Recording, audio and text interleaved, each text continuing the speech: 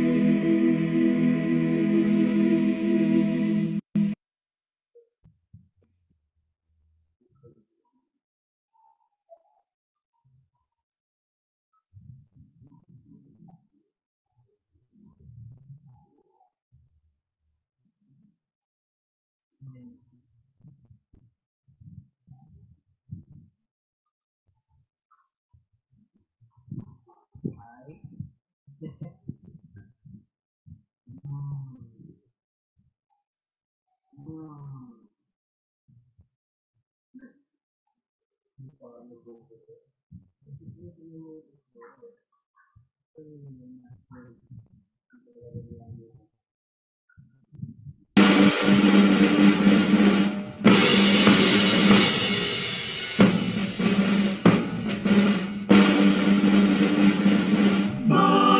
magiliw, pelas ng silanganan, alab ng puso, sa dibdib mo'y buhay. Lupang hinirang, tuyan ka ng magiting, sa manlulupig, di ka pasisihin. Sa dagat at bundok, sa simoy at sa langit mong wakaw, may dilag ang tula at awit sa paglayang minamahal. Ang kislap ng watawat mo'y tagumpay na nagniningning. Ang bituin at araw niya kailan pa may di magdidilim. Lupa ng araw na wala di pasinta, buhay ay langit sa piling mo. Aming ligaya na pag may mga api, ang mamatay ng dahil sa'yo.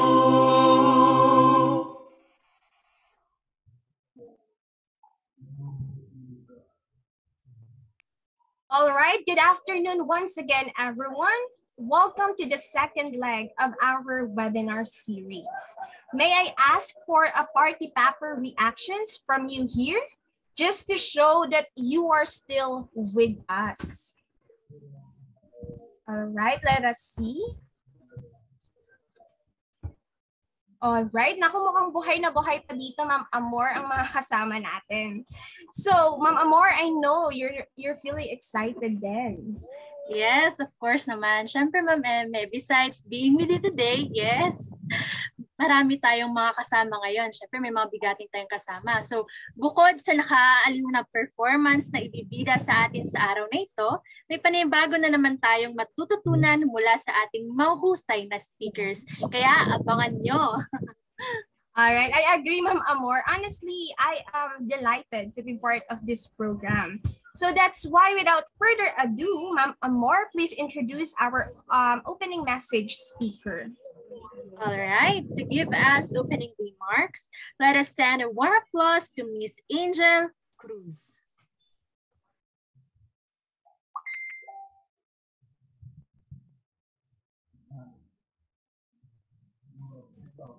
Good day, everyone. I'm Angela Cruz, and I want to thank you all for joining us in our webinar, which is entitled State to School, Understanding School-Based Management.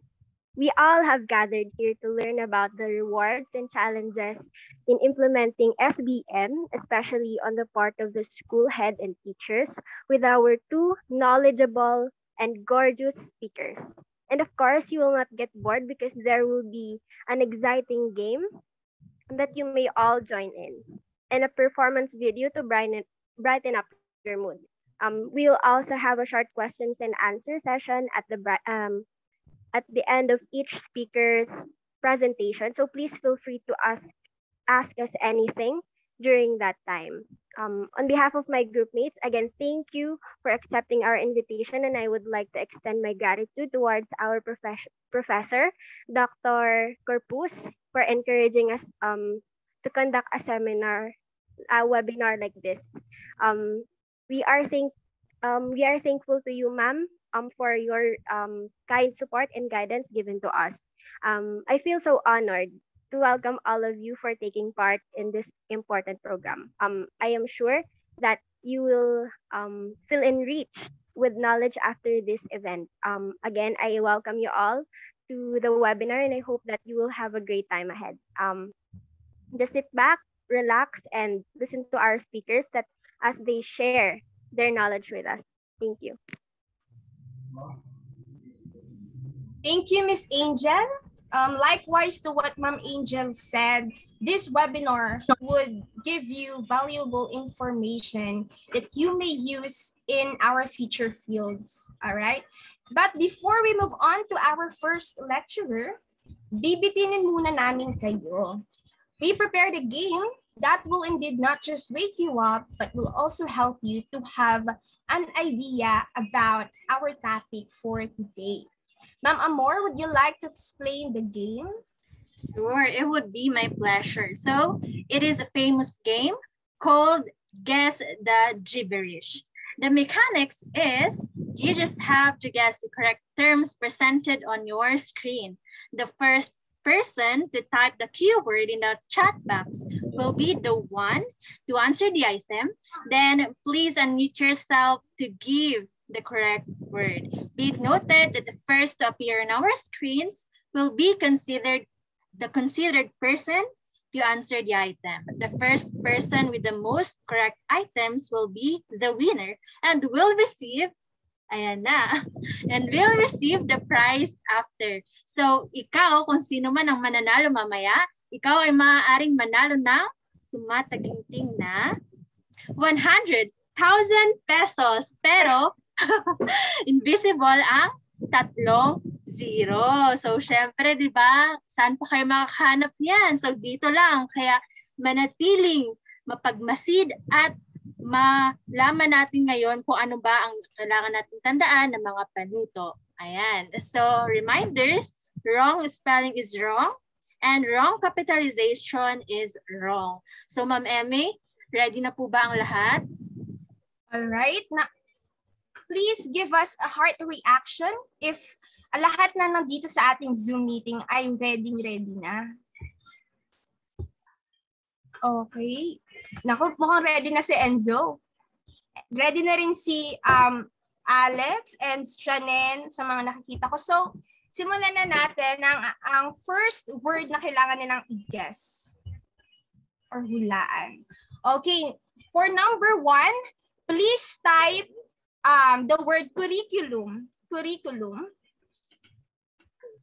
Para sagutin kung ano tong word na itong nasa, okay? All right. Would you like to unmute yourself, Miss Alexandra? Yes po. Yes, what is your answer po? Improvement. Yes, correct. Improvement. Tama ka dyan. Meron ng 1 point si Miss Alexandra, Ma'am Amor. Ayan, so tandaan nyo kung ilang puntos na nakukuha ninyo, ha?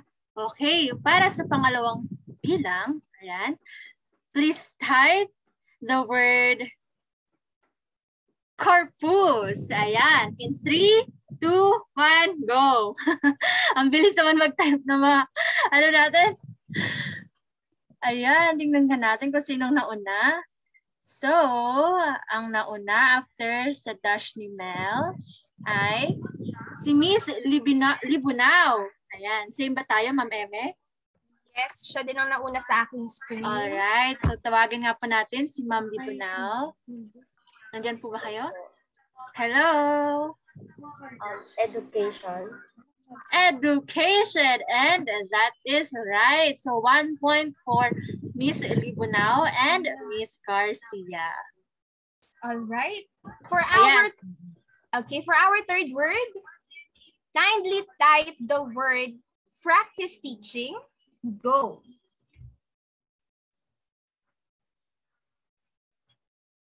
Alright, mukhang Gina G si Miss Alexandra dito. Miss Alexandra, please unmute yourself. Decision po. Alright, decision is correct. Meron na tayong 2 points for Miss Alexandra and 1 point for Miss Peachy. Amor? Hello. Amor. Okay, yes. So moving on to our fourth number. Ayan. Kaya niyo po ba? Ayan, tingnan nga natin. Paalala lang po ha na hintayin po muna natin ang cue bago natin i-type ang word at yung makikita po natin na dash na binigay po ni Mel sa ating chat box. Okay. So for the fourth word, please type the word school. In 3, 2, 1, go.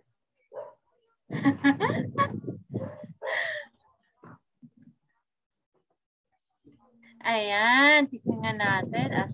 Okay, may habol pa? Wala lang kasi may nauna na. Okay, Miss Planos, nandiyan ka ba? Yes po. Okay, ano ang sagot mo? Resources.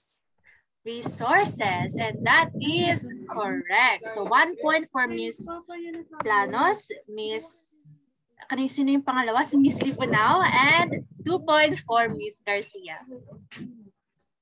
For our next word, kindly type the word instruction. Go. Instruction. Okay, mukhang nangangailangan talaga si ang ating Miss Alexandra dito. Miss Alexandra, kindly unmute yourself. Administration po. Yes. Administration, you got it right. So, meron na tayong winner, Ma'am Amor. Yes, napakagaling naman. So maraming salamat po sa lahat ng nakipag-participate sa araw na ito. Pero hindi pa siya nagtatapos ang ating programa dahil ayan, nasimula pa lang tayo at marami pa kayong naabangan. So congratulations again to our winner at thank you so much sa ating sponsor, Group 2. Kaya patuloy lang ang pagantabay dahil malay nyo, kayo na ang maswerteng mananalo sa susunod. Mama Amor, parang gusto mag-sponsor dito ni Ma'am Melbert. Sabi niya 1 million daw yung kanya. Nandito okay. sa chat. Okay. Pagpaplanuhan natin ng maigi yan. Now to start the discussion for today, let us get to know our first speaker. Teacher Mel Galasinao took up general academic strength in senior high school at Santa Isabel Montessori, Nueva Ecija Incorporated. Since elementary, she has been a consistent honor student in both from junior high school completion and senior high school graduation. She graduated with highest honors and gathered competition and organizational awards. She is currently taking up Bachelor of Secondary Education major in English at the Polytechnic University of the Philippines main campus, where she is a PUP Bagong Himig Serenata soprano member. Singer din pala ito, ano? And a consistent president's lister. She has an ambition to finish her bachelor's, masteral, and doctorate degree, and as well as to become a lawyer someday. Let us give her a round of our virtual applause.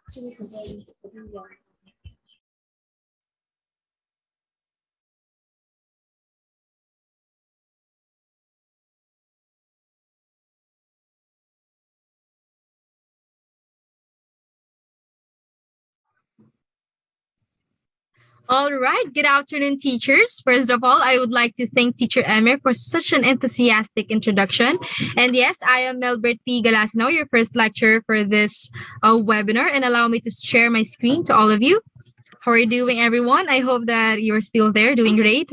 Yeah, there's the screen. And again, good afternoon, teachers. And I am here to discuss the half part of the School-Based Management Lesson 8, Through School Empowerment, a Strategy to Improve Education, presentation made by yours truly.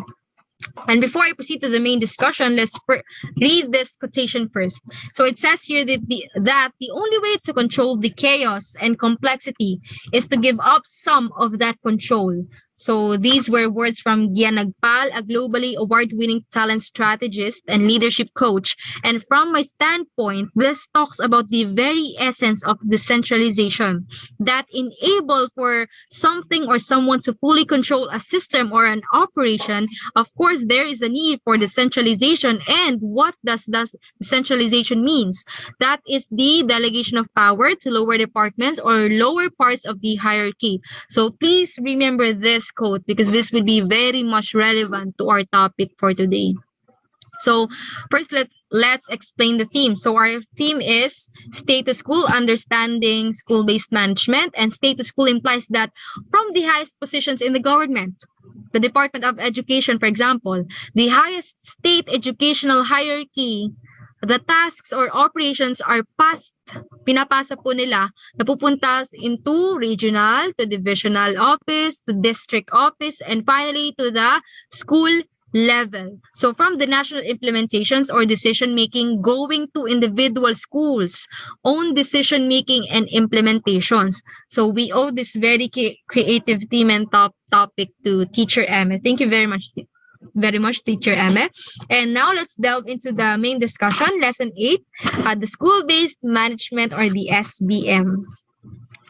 So I know that the term school-based management is very much self-explanatory, but we have here the definitions. First, we have the school-based management is a decentralized management initiative of devolving power or authority to school heads, teachers, parents, and students. So decentralization means that you are transferring the control from the higher ups to the school level. Again, for example, mula sa Department of Education to Maugat Elementary School, from Department of Education to San Mariano National High School, and so on and so forth. So devolving means transferring of power from the higher level to the lower level. And for the second definition, it is a strategy to improve education by transferring significant decision-making authority from the DepEd central office, regional offices, and division offices to the individual schools. So in SBM, the school heads, the teachers, and the students are all empowered, and the decision-making lies on their hands. SBM provides principals, teachers, students, and parents greater control over the education process by giving them the responsibility for decisions about the budget, the personnel, and the curriculum. So the people involved in the school level has the autonomy, the autonomy to every aspect of decision. And having control means that that school have the responsibility and the accountability. And we also have here, it is a network of leadership that provides the vision and direction to the education system, making it relevant and responsive to the contexts of diverse communities. So it is network of leadership basically means that there is a group or council behind the SBM, not just the principal, not just the teachers, not just the students. Basically, everyone is working for the school's best or the school's betterment, and with the consideration for diverse communities. So the bottom line here is that the SBM is a strategy for improved education. And by what? By higher ups delegating the tasks to individual schools who basically are the ones experiencing these problems. So therefore, they're the ones who know how to resolve them.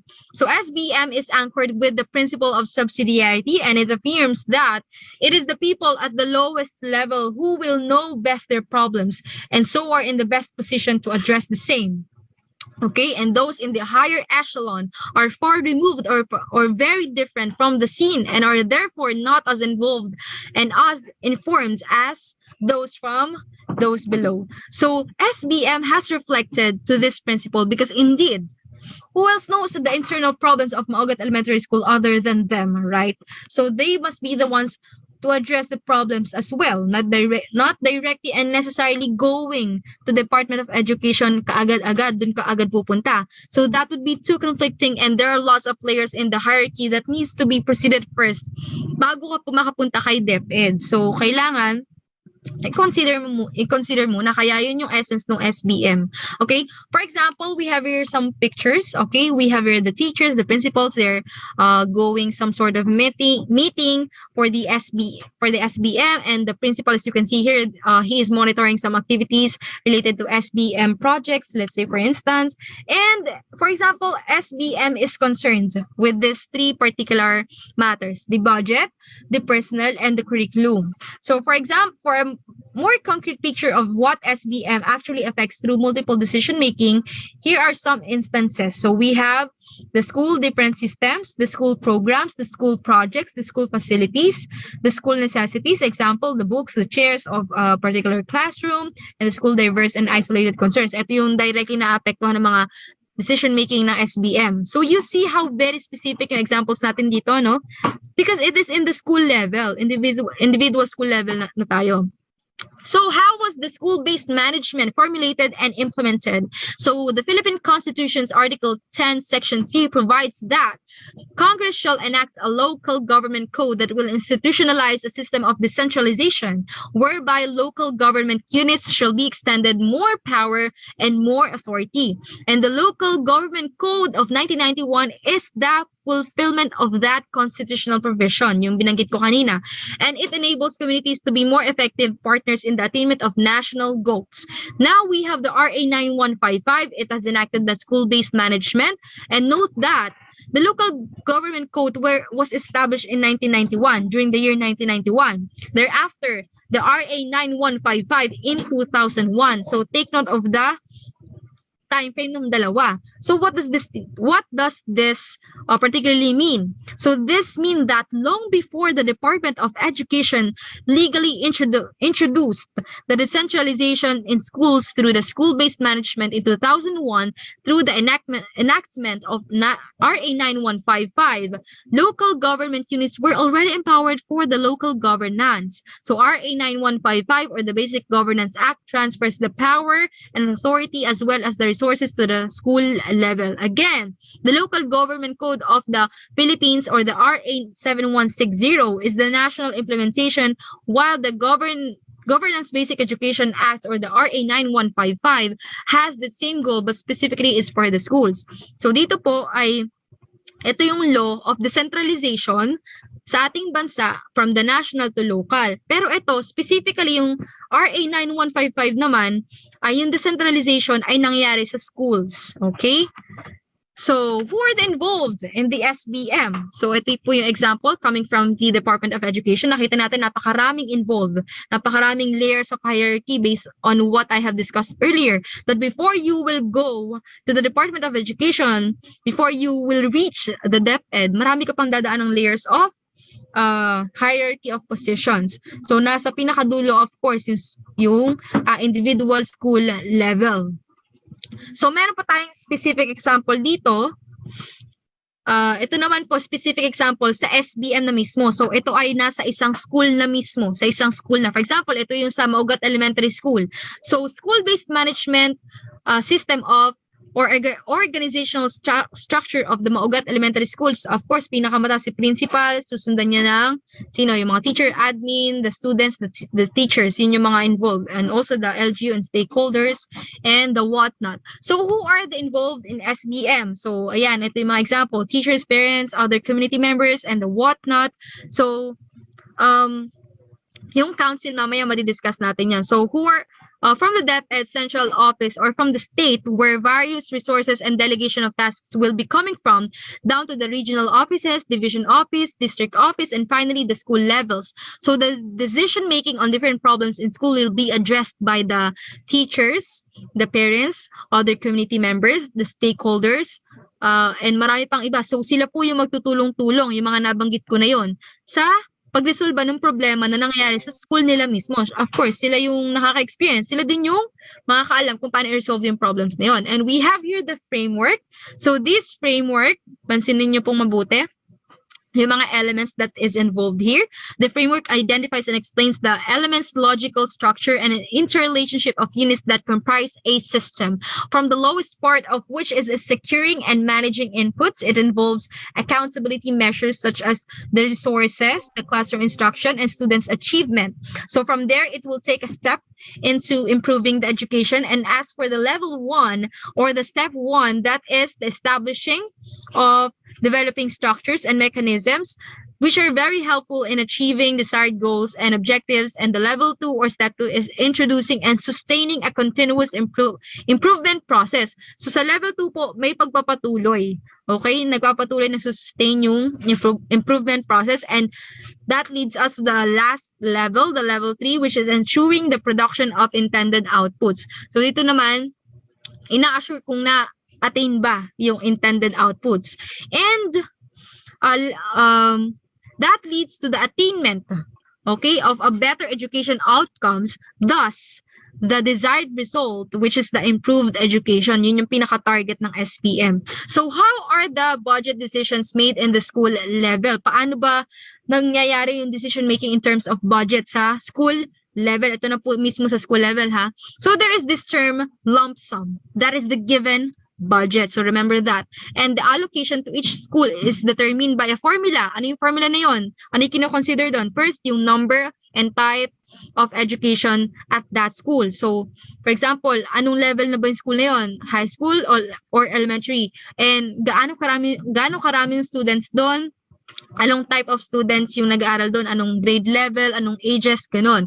And I'm sorry for that. So, each school determines how to spend the lump sum allocated in such areas like on school personnel, equipment, supplies, and maintenance. So basically, doon napupunta yung budget na pinoproduce. Okay, in some districts, surplus funds can be carried over to the next year or be shifted to a program that needs more funds. So surplus funds basically means ito po yung mga sobrang funds.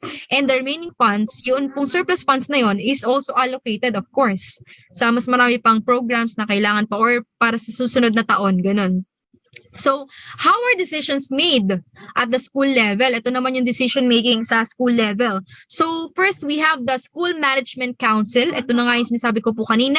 It conducts a needs assessment and develops a plan of action that includes statement of goals and measurable objectives consistent and with school board policies.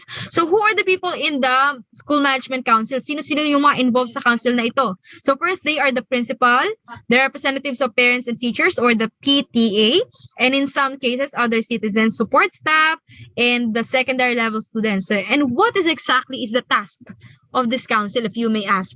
So the council conducts a needs assessment, yung sinasabi ko nga po kanina, at mula dun sa pag-a-assess nila ng mga problema, gagawa sila ng action plan about it. And they consider statement of goals, the measurable objectives, and so on and so forth. And there's two picture here. So tingnan po natin yung dalawang picture na to. First, some schools have the council, which makes the entire decision. And for the second picture, we have some schools have the council to advise the principal, and the principal is then tasked to make the decision. So it's either the principal is a part of the team, or he or she will be the final decision maker. Yun yung dalawang picture natin. But it boils down to the huge role or huge responsibility of the principal in the decision-making process. Bilang siya yung head ng school. And how do school-based management benefits the schools, teachers, and the students? So here are the advantages of SBM. First, it allows competent individuals in the schools to make decisions that will improve learning. It also gives the entire school community a voice in key decisions, and SBM provides principals, teachers, students, and parents control over the education process and giving them the responsibility for decisions about the planning, personal curriculum, and action in the school. So focus, accountability for decisions. That is, accountability is an issue involved in every decision making. So naturally, basically, the decision should be relevant and appropriate kung ano man yung pangangailangan ng school or ng estudyante. And for the fourth one, lead to greater creativity in the design of the programs. Of course, because the decisions will be coming from the people directly involved. Of course, meron talagang tendency or malaki yung it guarantees the greater creativity in the design of school programs. So third, redirect resources to support the goals developed in each school.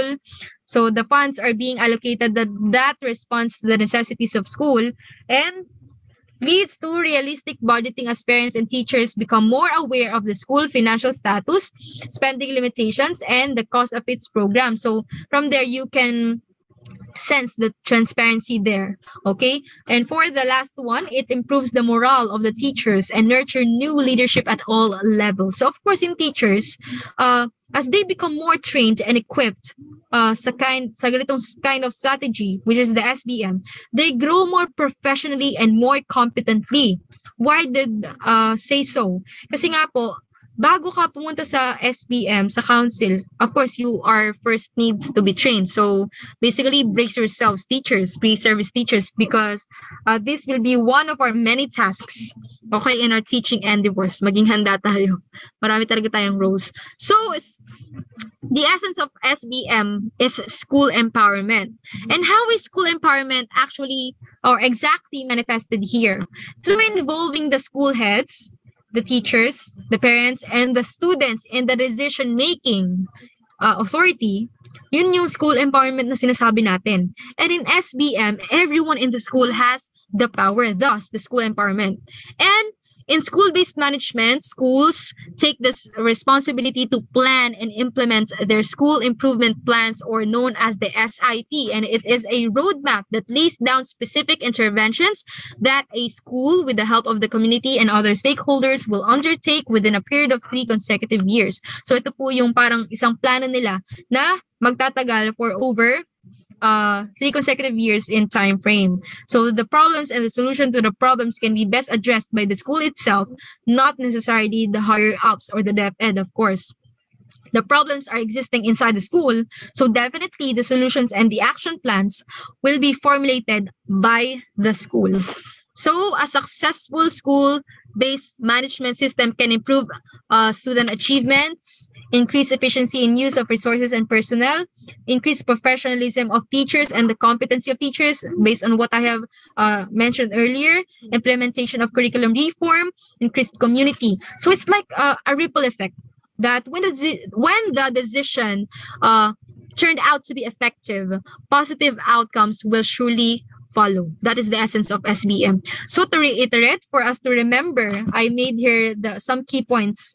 Gumawa ako ng key points, key terms, para mas maintindihan natin o matandaan natin ano ba yung school-based management na kanina ko pa dinidiscuss. So, to reiterate, it is an important strategy to an improved education. It is a tool for addressing resolving the school's own problems through devolving the tasks to the entire school community where empowerment is achieved. Kasi nga po, involved dito si principal, si school head, and the teachers, at pati yung parents and yung students involved. So there is just really a school empowerment here.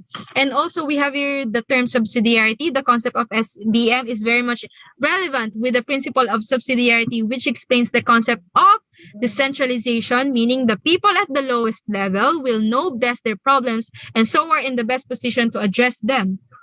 So, okay? So, yun po yung school-based management system. Basically, ang school-based management system, it is an important strategy through an improved education by what? By the higher-ups delegating the tasks mula sa Department of Education, pababa, okay, sa layers ng hierarchy, papunta sa individual school. At yung individual school na yon, meron ditong council na binubuo ng teachers, parents, the principals, the students. Sila yung involved sa decision-making. At ano yung decision-making na yon? It is about the problems na nangyayari mismo sa kanila. Therefore, sila ang makaka-resolve nun. And that is the very essence of the SBM. So more about the SBM, such as the topics of requirements for the implementation of SBM, the conditions for the success of SBM, the factors of school effectiveness based on OECD research, and the Philippine Accreditation System for Basic Education or the PASBE. This is very much relevant, diba, sa ating university sa PUP because we always see or our teachers, our professors are busy with the accreditations, diba, that they're handling. And also we have the factors that contribute to school effectiveness.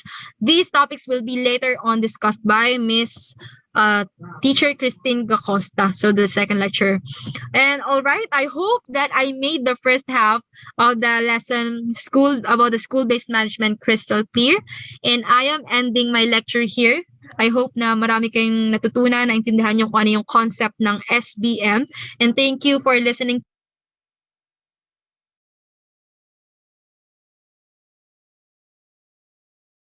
Teachers, and this is where I would say goodbye. Thank you so much. Ayan, maraming salamat po, Teacher Mel, Ma'am Galasinaw. Sadyang napaka-organized, napaka-detalyado talaga ng naging lecture natin this afternoon.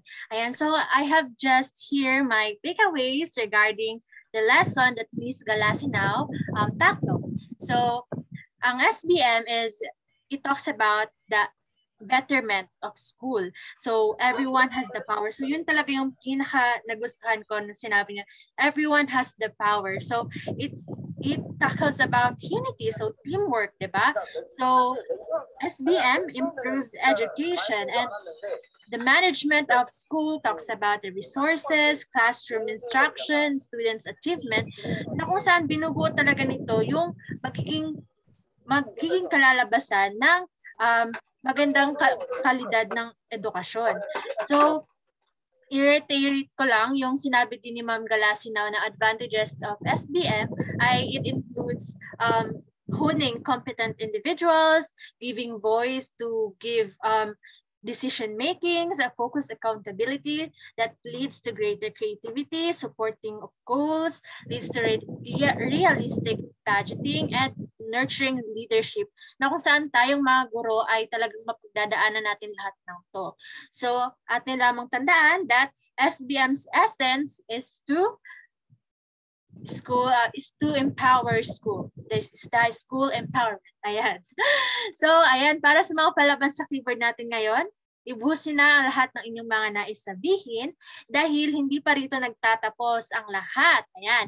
Nais sabihin mula sa nabaon nyo ngayon mula sa speaker. Kahit ano pa man yan, remember that sharing is caring. Kaya, share the blessing. On the other hand, I would also like to request everybody to take the opportunity to ask questions that will be delivered and assisted by yours truly, the host, and our lecturer. Ma'am Eme? Thank you, ma'am. For our first question, what are some problems at the individual school level that can reflect on the principles of school-based management? Ma'am Mel? Yes, thank you so much for that question. First, am I audible, everyone?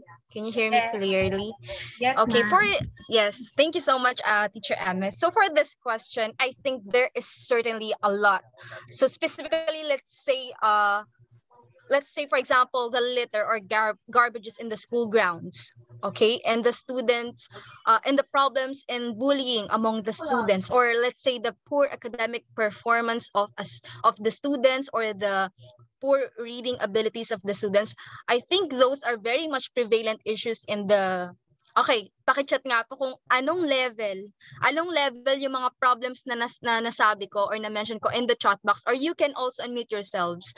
Okay, yung price nito ay may libre kayong FEWA sa akin sa July 25. Ayan, anong level? Regional, DepEd level ba to? Regional level problems, district level, division level, district level, or school level na yung mga problems na to? The litter or garbage problems, school grounds, classroom, bullying, and poor academic performance of the students. Anong level na po yun ng problems? Merong bang makakapagsabi sa akin, makakapag-answer kung anong level na yung mga problems na yun? You can chat in the chat box, or you can just unmute yourselves. Meron ba? Wala ba kayong natutunan kanina? Ayan, mamimili lang kayo, DepEd, regional, division, district, or school level. Sige, ako magtatanong na lang ako, ayaw niyo magsalita. Sige, andyan ba si Miss Princess Micaela Dizon? Sa tingin niyo, saang level na ba ng problema yung mga yun? Aabot na ba sa DepEd problems yun? Yung basura sa school? Yes, correct. Miss Mary Joy Villacora, thank you so much for that response. And may libreng FEWA ka sa akin sa July 25. So yes, of course. So, sino ba yung nakakaranas ng mga problems na yun? The school level, yung poor academic performance or poor reading abilities, the bullying, the litter or the garbage problem. So in consideration of the SBM principles, again, let us go back to the concept of decentralization and the principle of subsidiarity, that these problems are very specific in the school level, and as what I have said, that they are the direct problems of a specific school. So the higher ups or the DepEd central office do not necessarily to be called to be involved in the said problem. So what the school can do is to conduct a meeting. Again, who are involved in the meeting? The school management council, again, is then involved here, and they will engage into decision making in order to address the problems, the said problems, the litter problems, the bullying, and pagmimitingan nila kung ano bang pwede nilang magawa, and they will come up with an action plan, and after that, the problems will be resolved, and after that, the very goal of the SBM, the improved education, will be now attained. So I think these are some problems in the individual school level that can reflect on the principles of the school-based management. Again, wag niyo kakalimutan yan na. Thank you so much. Thank you for that comprehensive answer, Teacher Mel. Talagang may pa-FEWA pa siya. Hindi ko in-expect yun. All right. We hope that you satisfied our listeners with your answer. And Ma'am Amor. Ayan. Ayan, okay. Time out muna tayo sa seryosong diskusyon because today, joining with us, we have another talented student to perform. That is none other than our beloved head organizer, Miss Angel Cruz.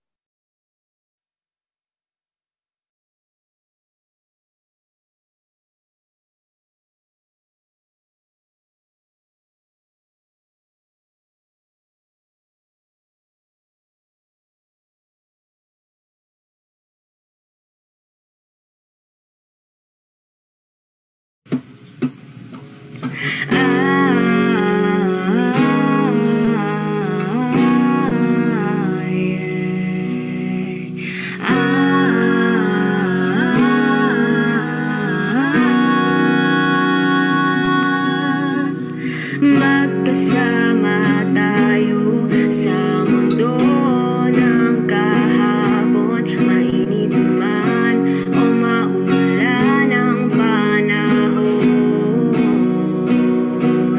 Sa aking guro na walang sawang nagturo, ito'y handog ko sa'yo ng buo kong puso, walang sawang sasambitin sa'yo.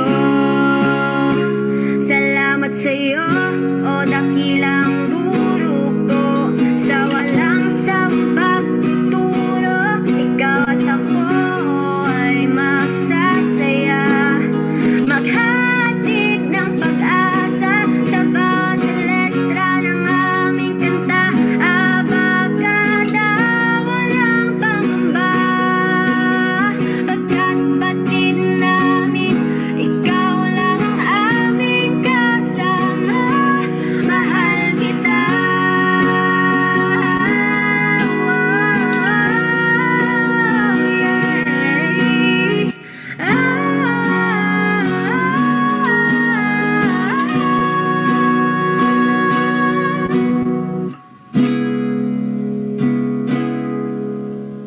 Kung ating mamasdan, ating mga guro, di minsan na hindi patungo nga ang ati, nagawang manghina, pagkus ay nag-aral ka, talagang kahanga-hanga. Kaya nandito kami, maghahatid ng kawili-wili, bilang ganti sa iyong pag-ibig na binigay sa amin. Salamat, salamat, sa iyo ay natuto ako. Walang ibang nagturo sa akin ng ganito. Salamat, salamat, magtatapos dahil sa tulong mo. Kaya magpupusiging maging magaling. Kaya magpupusiging maging magaling.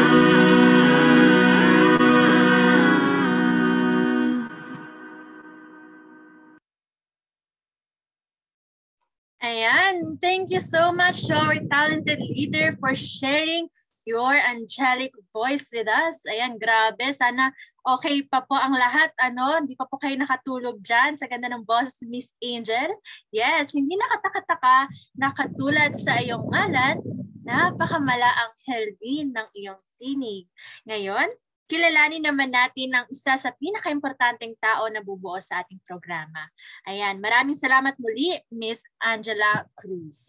Our second speaker completed her high school journey at Rizal Science High School. She is one of the batch 2020, and during her last 2 years in junior high school, she became an editorial writer. Wow, galing no? She was also a former school representative for editorial cartooning back in her senior high school days. Napaka-competitive ng ating second speaker. And of course, she was also a president's lister in her freshman years in the university. Now, let us welcome our Kapwa scholar and our second speaker, Miss Christine Claire Gacosta. Miss Gacosta, the spotlight is yours. Okay, good afternoon.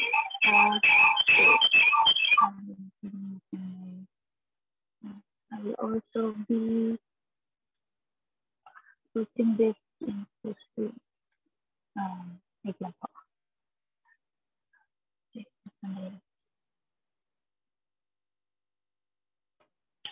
Okay, so ano po, my presentation today, as mentioned earlier, is about the requirements and factors needed for effective school-based management.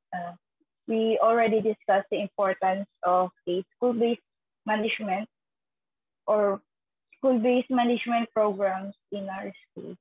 As Ms. Galasinaw has hinted earlier, school-based management is comprised of programs and actions made by the school and the community around it to better the students that study in that. So our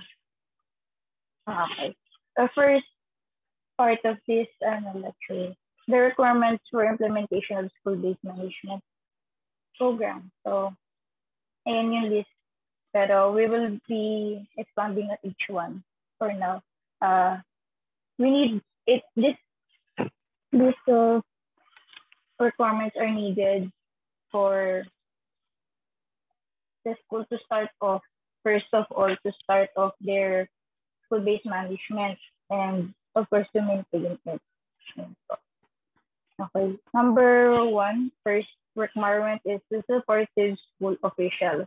The school board and superintendent must be supportive of school-based management, especially the school superintendents and school heads, kasi they are connected to the higher ups in the Department of Education.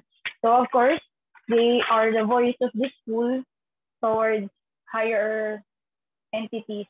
So that's why they're really needed. And also, ayun po.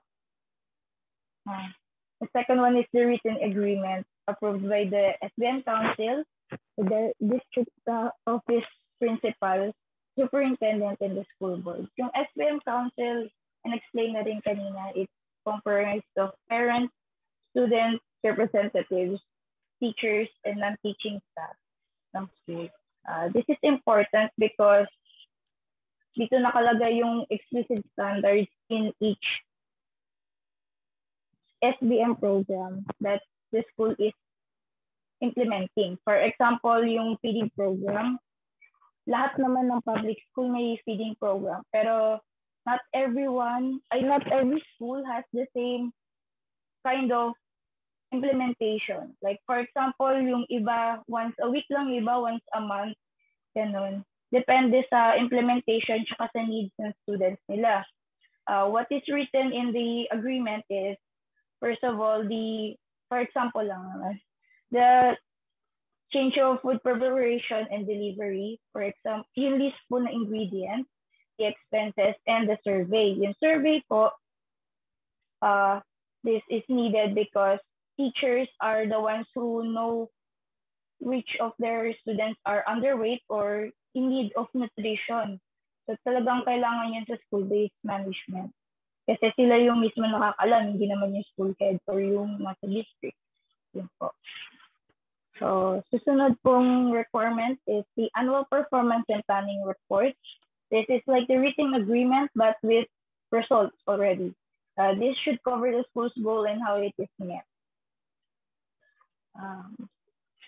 It's also sometimes presented in an audience. Kapag ka mga PTA meetings, we have transparency reports, diba? So we know where the school money was spent on, and then we will discuss later on kung paano nakukuha ng school yung fund for SBM. As Ms. Galasino already discussed, SBM has a separate allocated funding from the school. And then part of this annual performance is the plans for the future. May diniscuss din nun kanina. This is based on the results of the already implemented SBM programs. Balik tayo dun sa example na feeding program. Obserbahan nila yon weekly, monthly, after the school year. So they will observe kung yung mga bata ba ay bumabalik sa kalusugan nila or hindi sila nagpa-progress at underweight pa rin sila. Titingnan nila kung ano yung possible problems doon, yung source ba ng pagkain, di ba masyado nutritious, di ba nag-a-attend yung bata or hindi talaga siya na-enlist in the first place. So, part of this annual planning is their accountability, which will also be discussed later on. The school will own up to their own problems and they will solve it on their own. Kaya, yun po. For the next school year, enlist na yung tao na, yung bata na underweight pala. And then, another one is the training for participants. Training is needed for teaching and non-teaching staff, parent representatives, and community leaders before an effective SB program is implemented. Yes. Kaya may mga summer trainings po ang mga teachers. Yes. Wala silang summer vacation madalas kasi every school year, a new batch of students are coming in and coming out. So, magkaiba naman syempre yung generation noon. Sa ngayon, nag-iiba rin po ang demands for teaching. For example, yung from pre-pandemic to pandemic stages to post-pandemic. Kaya po, yun kailangan po na talaga ng training for teachers. And of course, parent representatives are also trained sometimes for their volunteer work in schools. For example, yung module distribution dati nung talagang pandemic and solely modular and online lang po talaga yung classes, wala pang face-to-face. Na-train din po sila. They were called to come to school and attend a seminar to learn how to distribute modules sa kanilang barangay po. Of course, this is not a standard for all schools. So yung iba siguro online din po yung presentations nila. Another one, other than our requirements, are the conditions for success of school-based management. Again, this is listed below ang mga conditions. This is important because each condition should be met before we say that an SBIGM implementation is a success. Okay, number one, school heads and teachers must be given opportunity to make choices. As is explained earlier, ang SBM ay decentralization of school policies and programs. So, dapat, bago maging decentralized in the school heads and in the school officers should be able to change and tweak something in the institutionalized curriculum to fit their students' needs. For example, yung mother tongue base is institutionalized already, but unfortunately, not all languages are part of the mother tongue. So, ang ginagawa ng ibang mga teachers and school heads sa mga provinces that use dialects and languages that are not part of the mother tongue base, they still use their mother tongue as a mode of teaching, despite after the mother tongue base. Kasi hanggang grade 3 lang siya. So, after na grade 3, they may still choose to use it as a mode of explanation for their students. A second condition is higher authorities should encourage thoughtful experimentation and innovation. Higher authorities naman, for example, are already higher up. They're not specifically staying in one school. Mostly per district, per regional, and sometimes even sa office na mismo ng DepEd. They're the ones who can control the institutionalized part of the curriculum or the policy in DepEd. So yung mga ganyang institutionalized yung curriculum mismo natin, yung grades 1, 2, 3, yung grades ng mga bata. Nababago nila yan because they have the authority to do so. And because they are the ones who have power to do that, they should also be in charge of participating in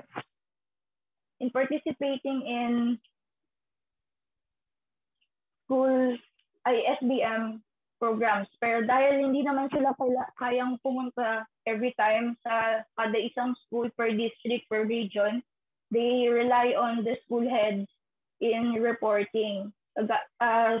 They could also be reading the annual report if they are, kapit pinapasa kasi. So, yun yung binabasa nila, and then they will decide on which one to change, to stay and maintain, and to improve po. And then another one is the involvement of parents and teachers in developing the school implementation plan. Babalik tayo sa baba. They are the ones who are on the ground, knowing what their students need. So people must participate in the development of the school improvement plan. So ito may SBM na, they have already have the programs for SBM, but then of course, since it's experimentational, we still don't know what will be the outcome. So after the outcome, the annual report, of course, they will be having a meeting, madalas sa mga PTA, tsaka nila malalaman kung alin yung tama at yung mali sa ginawa nilang implementation, and so they will be able to improve on it. Okay. And the last condition that should be met is developing problem-solving skills for school staff, teaching and non-teaching, but especially for teachers because they're the ones who are teaching the students directly. And then they must develop reflection skills and problem-solving skills. This is because, siyempre, sila nag-observe sa mga SBM programs ng school. For example, yun nga, babalik tayo sa example na feeding program. Yung mga teachers sa public school, may mga roles yan sa canteen. Kahit hindi talaga dapat nila trabaho yun. But then, of course, not all schools have the money to hire non-teaching staff. So they are also hands-on when it comes to programs such as this feeding program. Kasi sila din ang nag-manage ng sourcing ng resources. This is aside from the conditions, we also have two school-based management steps. Listed below are the keys to those things. This is important because after we already know the conditions to be met, we already have that. We also need the standards for meeting a category of success. So, yun. Hindi naman lahat kasi ng school-based management ay nagiging successful lalo na kapag nagkakasimula lang ng program or yun. Okay. Number one, schools must have basic resources. These are things to certain selection of people that are needed to execute the school-based management program. As example, as discussed before, SBM have a separate funding. So yun yung fund allocation, yung lump sum na sinasabi kanina. Donated objects from, or kahit yung, donated objects from stakeholders, private and public institutions. Of course, kasi part din naman ng SBM yung community. So kung meron silang may tutulong sa school, kasama yun. Volunteers and parents, teaching and non-teaching. Yeah, they are part of the resources, even mga tao. Susunod is developed effective school support system. Successful school-based management requires an effective school support system. This includes the SBM Council, as aforementioned before, the school head, yung principal, yung district officer, yun. Tapos yung higher-ups nila. Yun. Another key is the regular school-based management information. This is needed for participants ay to provide regular information of their performance. Ayun yung kanina pa sinasabi, yung annual performance report. Kasama po yan. And the written agreement. These are documents to monitor the progress and the mistakes, issues, resolutions of the school-based management program. So, babalik tayo dun sa example ng feeding program. Kung sakaling, let's say, one session ng feeding program, bumalik yung pagkain na panis. So, that's an issue for the school-based management program.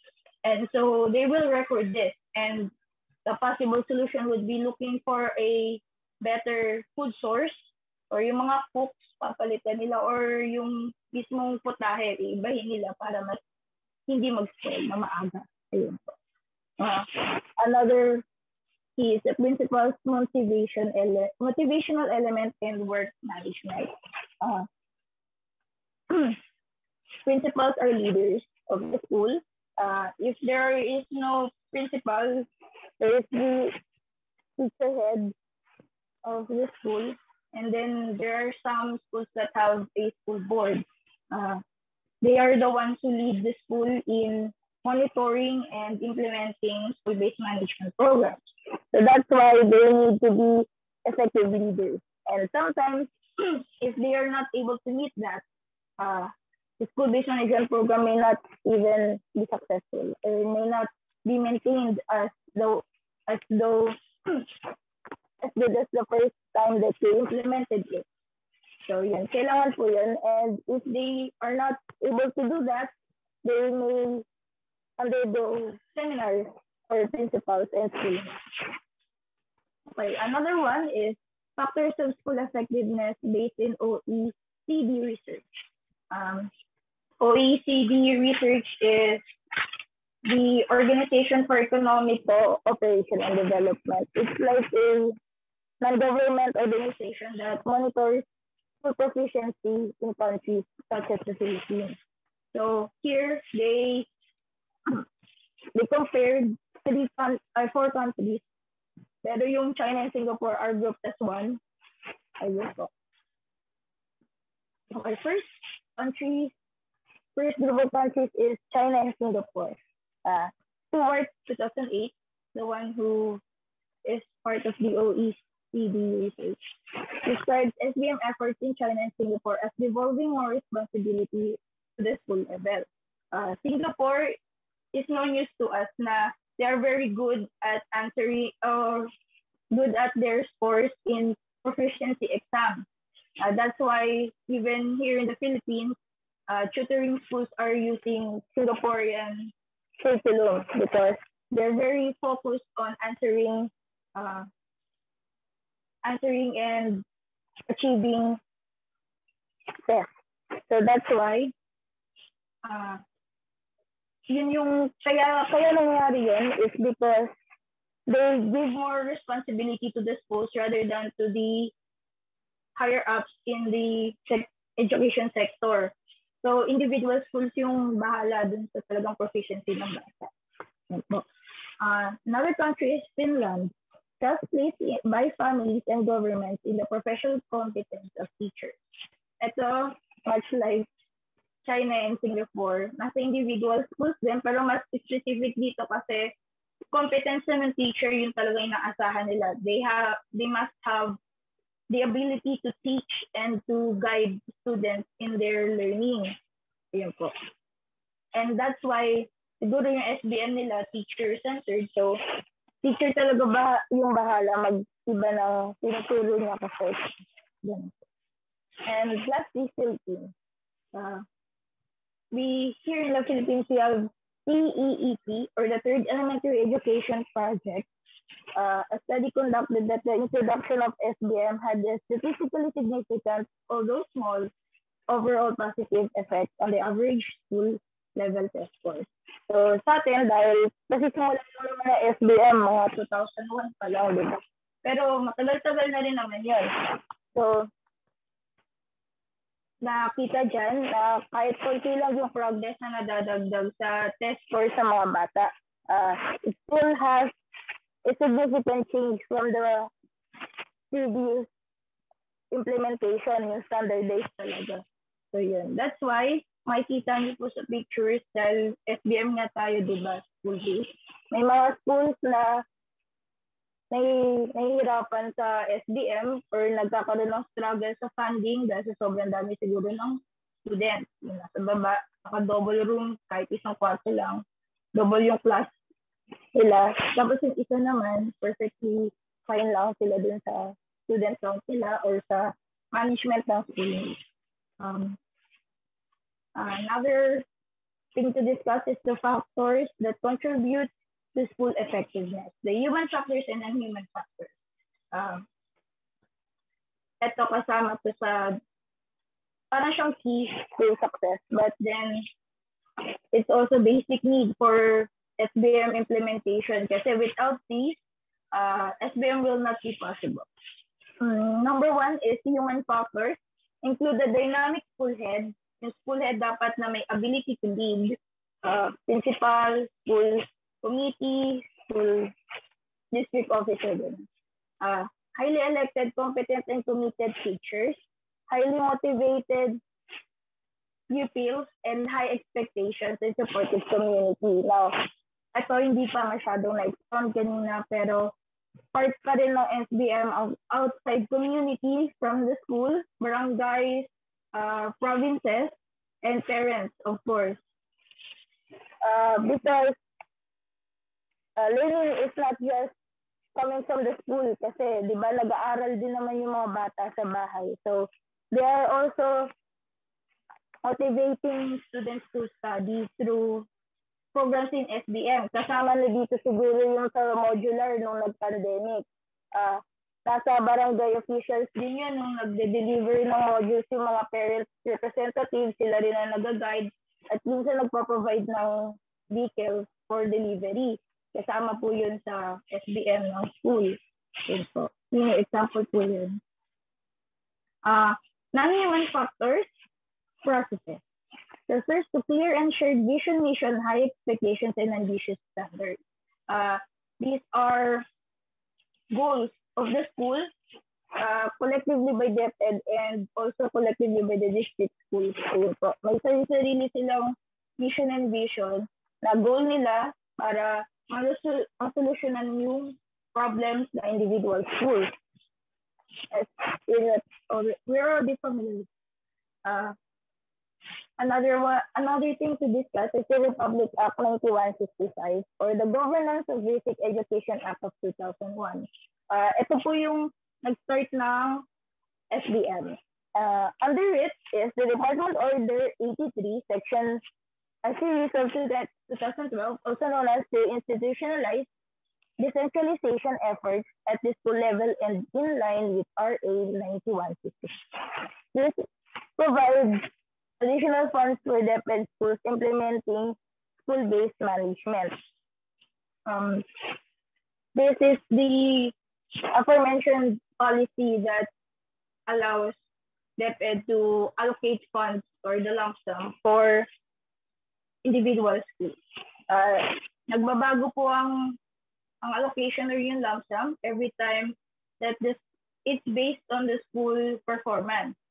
So it depends on the principal also or the school head. Depende po sa performance ng school in test or sa mga competitions na sinasali nila. Basta nasa report po yun ulit sa annual report. Another one is the Philippine Accreditation System for Basic Education. Accreditation is a process of self-evaluation and peer review to ensure that the quality standard agreed upon by stakeholders are understood, implemented, maintained, and enhanced for continuous improvement of learners and outcomes. Okay. This is kind of an extension of the annual report. So our annual report is a school teaching and then school teaching staff and yun ang teaching yung school head. Sila yung nagsusulat noon. Pero when it comes to the accreditation process, kasama na din yung iba stakeholders talaga. Pero mostly, mga representatives lang din yun. No, kunyari, yun yung student government, kasama sila doon, yung school head, yung supportive community leaders, tsaka yung parent association. Yun. They're the ones who decide on which programs are to be improved, to be changed, or to be removed. This is based on the annual report, syempre din. Kasi malalaman nila talaga kung ano yung results niya. Another one is the 4 principles of a child community education system or access. These are the following principles. Kailangan po to for implementation and maintenance of the school-based management program. Number 1 is the principle of collective leadership. Collective leadership is based on the assumption that everyone can and should lead. Collective leadership requires a specific condition for the success of the whole. Trust, shared power, transparent and effective communication, accountability, and shared learning. We're not, let's face it, not all officials are very transparent with what they do with the money and the lump sum that is given in schools. That's why if we have a successful collective leadership within a school, for the school heads, the teachers, the non-teaching staff, the parents, and the students, magkakaroon talaga tayo ng successful SBM program.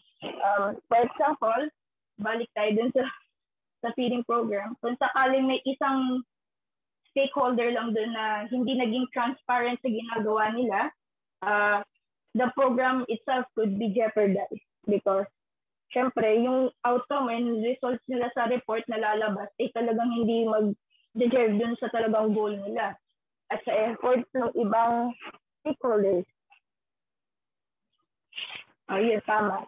Yan, yung lugaw na mawala ng itlog. Kasi minsan talaga may isang stakeholder na hindi sumusunod sa policy and that should be rooted out and to be solved by the other stakeholders on the council.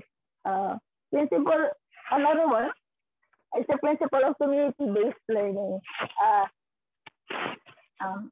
It is the belief that all communities have intrinsic educational assets and resources that educators can be used to enhance learning experience for students. Sabihin na natin, kagaya ng mother tongue. Diba? Ang mother tongue, there is only so much to be included sa mga languages that is used for mother tongue.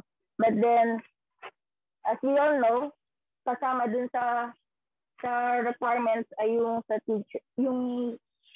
participation ng parents and teachers locally. So, as locals of the school that they are also teaching in, they know the capacity of the students to learn and the means of learning that they are comfortable with. For example, sa probinsya namin, ang pinaka-basic mother tongue nila doon ay Legazpi Bicol. But then, as we go further all around the province, iba talaga yung dialect ng estudyante dun sa nakalagay na material. So, ang ginagawa ng teacher, tsaka ng school head, iniiba nila yung tinatranslate nila yung ginagawa pa nilang, gumagawa sila ng hiwalay na gawain na nakatranslate sa language ng estudyante para mas maintindihan nila yun. Another one, siguro for students with, ayun, yun kasama yung example nila. Second to the last. Principle of accountability for performance and results. As I mentioned earlier, dapat the school-based management council should be able to own up to their mistakes. They're part of the stakeholders kasi.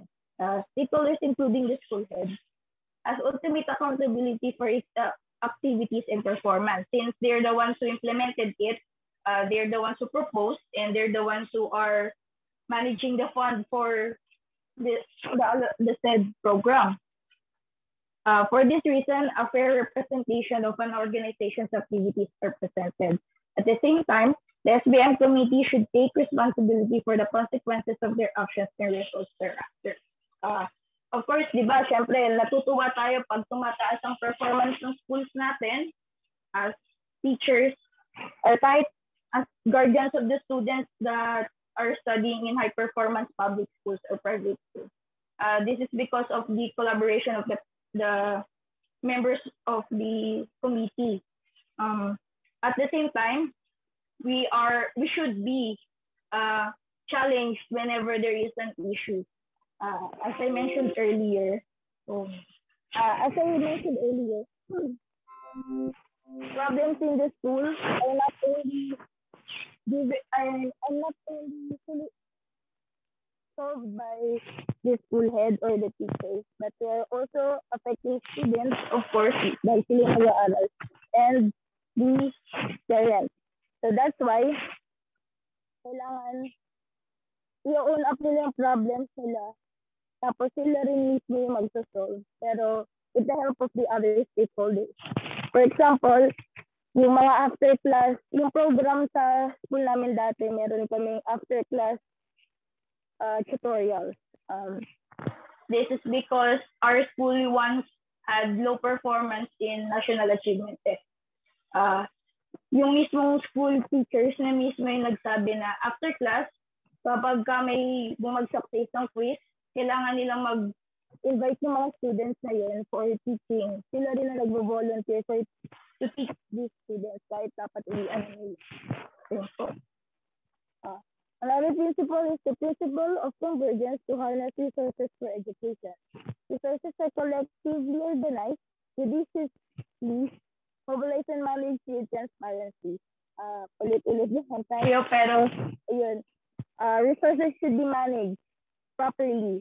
Kasi without proper handling of resources, for example, yung allocated sa funding, talagang magkakaroon ng problema yung implementation and then the result. Ayun po. Ito yung levels, in school levels in SBM practice. Yung sinasabi ko sa inyong performance kanina ng schools, yun. Kasi nag-iiba rin talaga yung allocation nila pag bumababa or tumataas yung performance nila sa school. These levels determine the school's efficiency while implementing school-based management. Level 1 is developing schools that may have still problems in implementing their school-based management programs or setting of new programs. Level 2 is maturing. May konting success na sila. And level 3 is advanced. And those level 3 advanced schools are called accredited schools, which already has the ability to implement and to maintain their own SBM practice. There are my references. That is all po. Thank you for listening.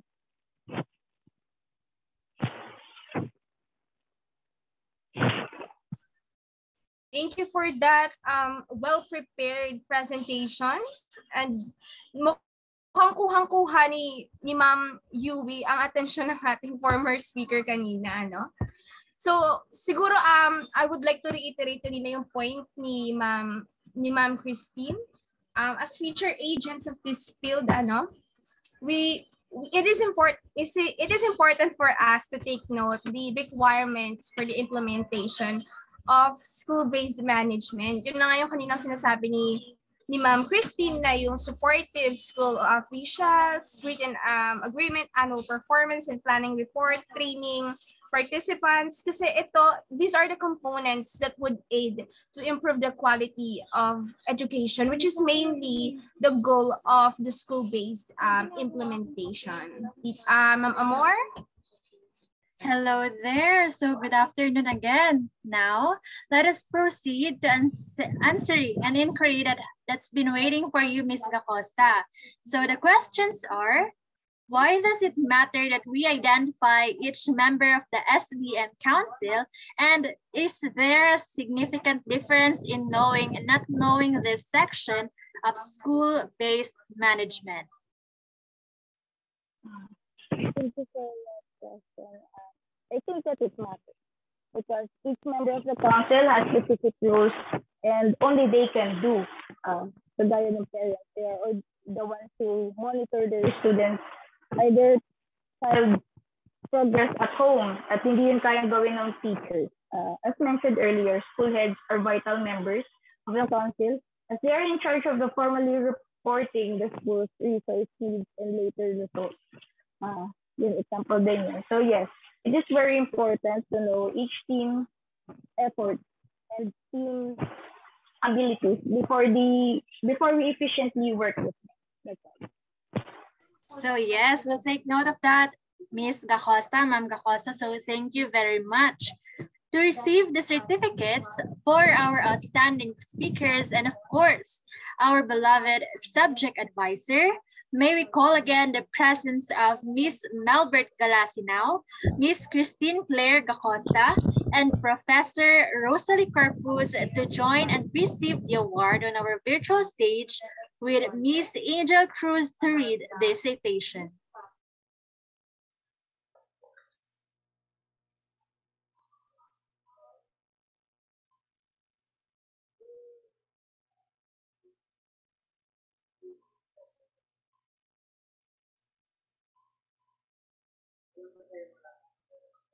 Miss Angel, please. Alright, mukhang may problema yata siya sa ayun. Okay.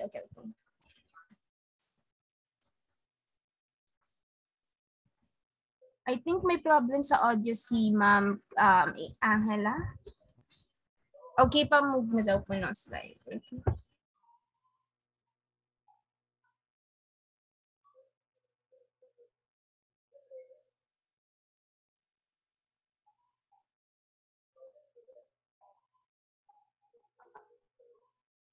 Hello.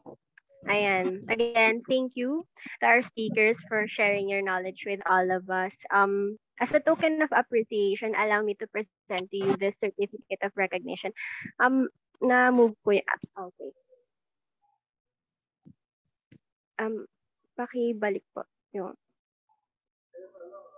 Ayan. It reads Polytechnic University of the Philippines, the Teacher and Community, School Culture and Organization Leadership, BS Eden 21N. This certificate of recognition is hereby given to Miss Melbert Galasinao and Miss Christine Claire Gacosta for sharing her invaluable knowledge as a speaker during the webinar State to School Understanding School-Based Management, given this third day of June 2022 via Zoom video communications. Signed by Professor Rosalie Corpus, our subject teacher, and yours truly, Miss Angela Cruz, your head organizer.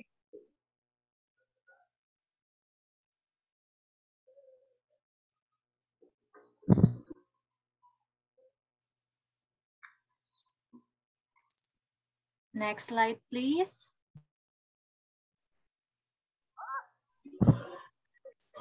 Okay, so as continuation of our deepest gratitude and appreciation, let me read one of our certificate of appreciation, Polytechnic of University of the Philippines, the Teacher and Community, School Culture and Organization Leadership, BSEDEN 21N.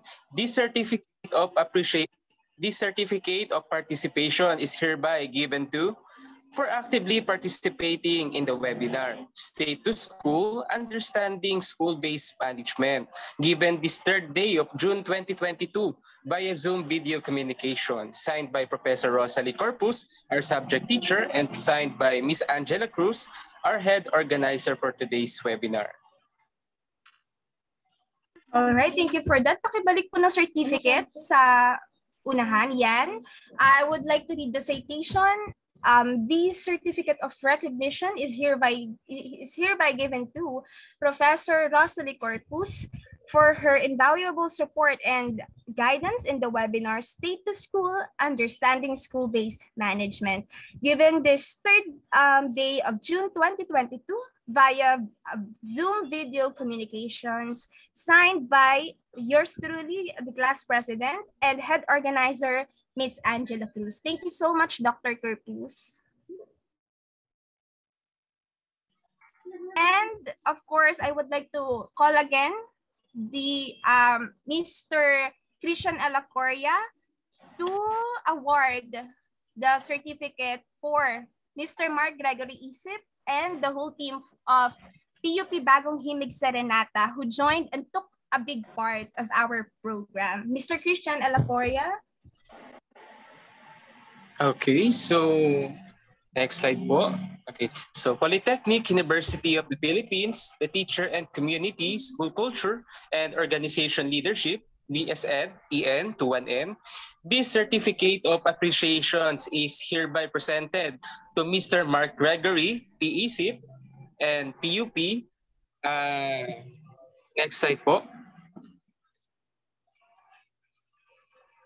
PUP, Bagong Himig Serenata, for actively supporting and taking part in the webinar titled Stay to School, Understanding School-Based Management, given this third day of June 2022 via Zoom video communication, signed by Professor Rosalie Corpus, our subject teacher, and signed by our Miss Angela Cruz, head organizer for our today's webinar.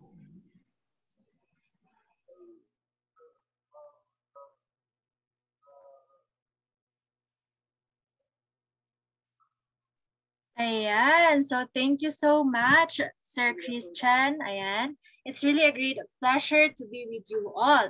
So thank you, Mr. Alacoria. At bago pa man natin tuluyang tapusin ang programang ito, narito muna ang ilang mga anunsyo. So for the evaluation form, we encourage all of you to answer the evaluation form flashed on your screens to be posted after this event also on the announcement group chat of BSN Eden 21N that will open until June 16, 2022 at 11:59 p.m. So for some GCash details announcement as well to our winner earlier, Ms. Garcia, please contact yours truly to claim your prize, and you may also reach out through any social media platforms. Ayan, thank you so much. I think that ends our announcement.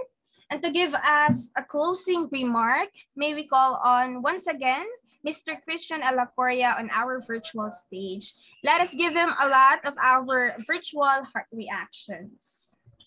Yes, so thank you so much, Miss Emerlyn. So first of all, I would like to express my appreciation to our speakers para sa kanilang pagbabahagi ng kanilang mga kaalaman at pagpapaunlak na pangunahan ng ating webinar na pinamagatang Stay to School, Understanding School-Based Management.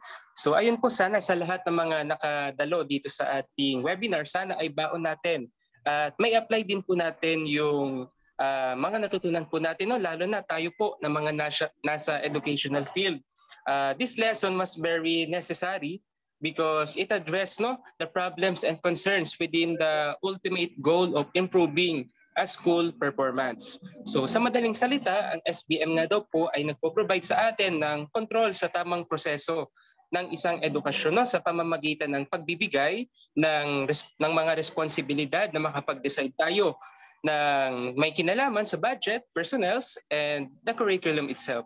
Na sa ganun ay mas lalong maging effective yung pagkatuto ng bawat mag-aaral. And also, we would like to give our deepest gratitude to all who attended to our webinar and make their effort to participate within the whole program of our webinar.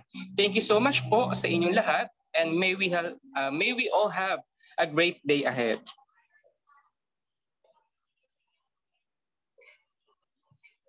And thank you, Mr. Alacoria, again. This has been truly an amazing day. With the new knowledge we have gained and shared together, we are also pleased to host this program. Again, I am Gracia Amor Tamundong. And I am Emerlyn Salima. We hope that you won't forget the information you have learned today. May this knowledge help us in our future fields. And thank you everyone for joining us today. And to formally close the program, let us sing the PUP hymn.